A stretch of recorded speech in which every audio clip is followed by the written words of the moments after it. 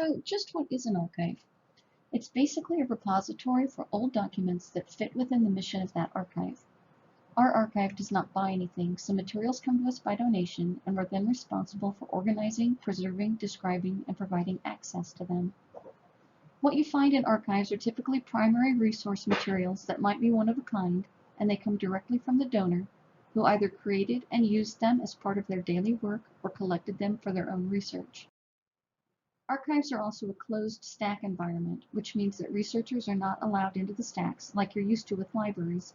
So it's important to learn about and use research tools provided by the archive and work closely with the reference archivist to discover and access the materials you need. So what is in an archive? Primarily, our mission is to collect documents, which can be organization or business records or personal materials. Because most people don't use only documents, most of our collections include other media types, such as images, scrapbooks, film, audio, museum artifacts, publications, and books. When materials come to us, if we're lucky, there's some order to them and hopefully some description. Other collections can be randomly packed and have little or no order. We work through materials so we know what is there and retain as much original order as possible. We then rehouse the materials, putting everything into new, archivally sound folders and boxes, and clearly labeling them for storage in climate-controlled facilities designed for their long-term preservation. Unlike a library which describes and stores individual items by topic, an archive describes materials by the collection in which it was received. So while we might store like media items together for appropriate storage, we are careful to retain intellectual control of a set of donated materials by keeping it grouped and described as a collection with an important research tool called a finding aid.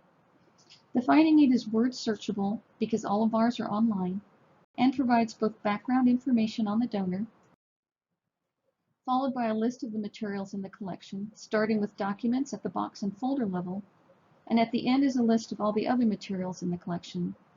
Links in the finding aid link directly to view items for materials of interest that are digitized.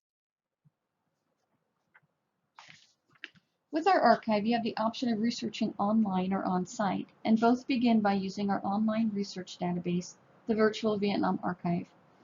We've been digitizing materials for online access since 2001 and currently have almost 1 million item records online, representing about 15 to 20% of our materials. These database records provide information about the item and a link to view it online if it's digitized. About 98% of our researchers do all of their research online. You might be surprised to see that the Virtual Vietnam Archive has a high level of use each month. Our researchers are primarily from the United States, but also from around the world. If you do make an appointment for on-site research, you will also prepare by contacting the reference archivist to help you find relevant, undigitized materials online first.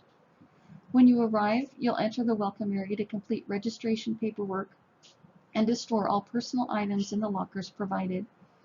Most of your time is spent in our secure reading room, with the archivist retrieving your requested materials from storage and bringing them to you here to research. In closing, here's some general advice for archival research. Every archive has their own rules and procedures, so always contact them in advance. Our archive is open to the public, but some private archives require a letter from your dean endorsing your research before you can access their materials. Our digitization policy is to digitize every piece of paper in the collection, but many archives will digitize what is determined to be most significant. Also, researching with primary documents requires much more time as you look through what is available and then analyze them to develop your own thesis. And always make excellent source notes so you can locate and properly cite your sources, and develop a system to organize materials from all of the sources you use. Remember that the reference archivist is your best resource, so always contact the archive early in your research and before you make any travel plans. We really do need to know details about your topic to help you find the most relevant materials and to make suggestions for other materials or places to look for them. Thank you for your interest in the Vietnam Center and Sam Johnson Vietnam Archive. Please visit our website to find out more about our project and to begin your research.